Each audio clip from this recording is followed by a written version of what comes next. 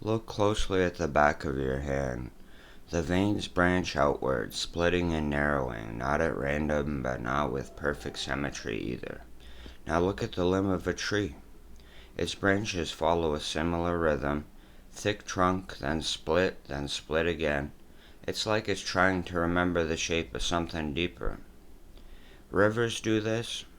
So do lightning bolts. So does the structure of your lungs. It's not a coincidence.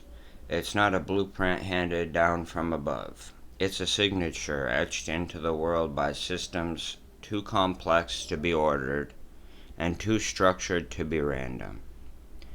This is a domain of chaos theory.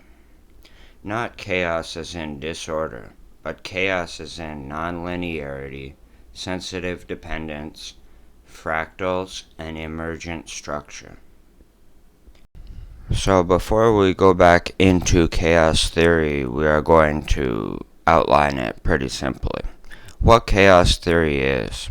Chaos theory studies how complex dynamic systems behave over time, especially when they're highly sensitive, nonlinear, and appear unpredictable.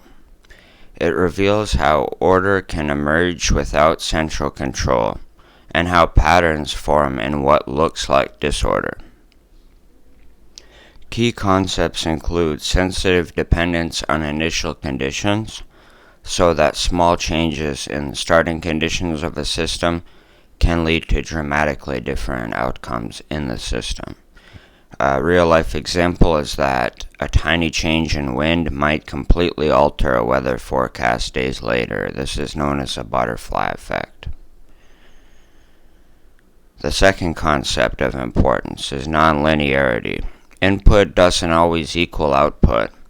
Doubling a push doesn't just double the result. These systems have feedback loops and thresholds. So like pushing a swing harder doesn't just make it go higher, it also shifts the timing and the rhythm of the swing. The next concept, deterministic but unpredictable. Even if a system follows clear rules, the outcome can be unpredictable long term. Chaos doesn't mean randomness, it means complexity from simplicity.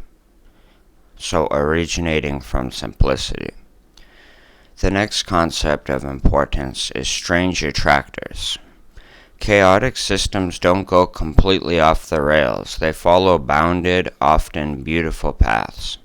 These patterns never repeat, but they stay within limits. Think of them like the shape of a system's possible behaviors. This leads us to fractals. Fractals and self-similarity. Fractals are patterns that repeat at different scales.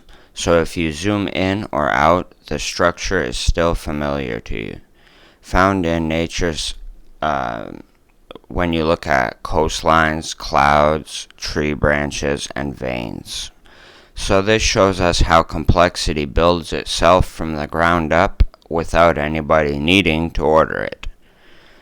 Where chaos theory shows up. Nature, we see it in weather, fluid dynamics, and ecosystems. Biology, heart rhythms, neuron firing, population growth, and to some degree socio-economic conditions, stuff like that.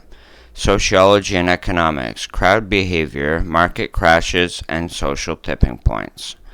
Art and aesthetics, use it for music, generative art, which is arguably not art. Rhythm in poetry and jazz. Why it matters. Chaos theory challenges the idea that with enough data we can control or predict everything.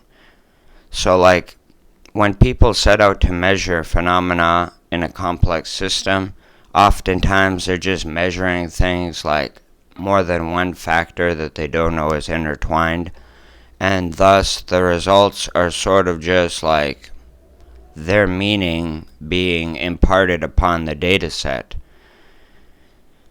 Why it matters. Chaos theory challenges the idea that with enough data, we can control or predict everything. It reminds us that local actions, feedback, and non-centralized systems shape the world, often in beautiful, equally unexpected ways.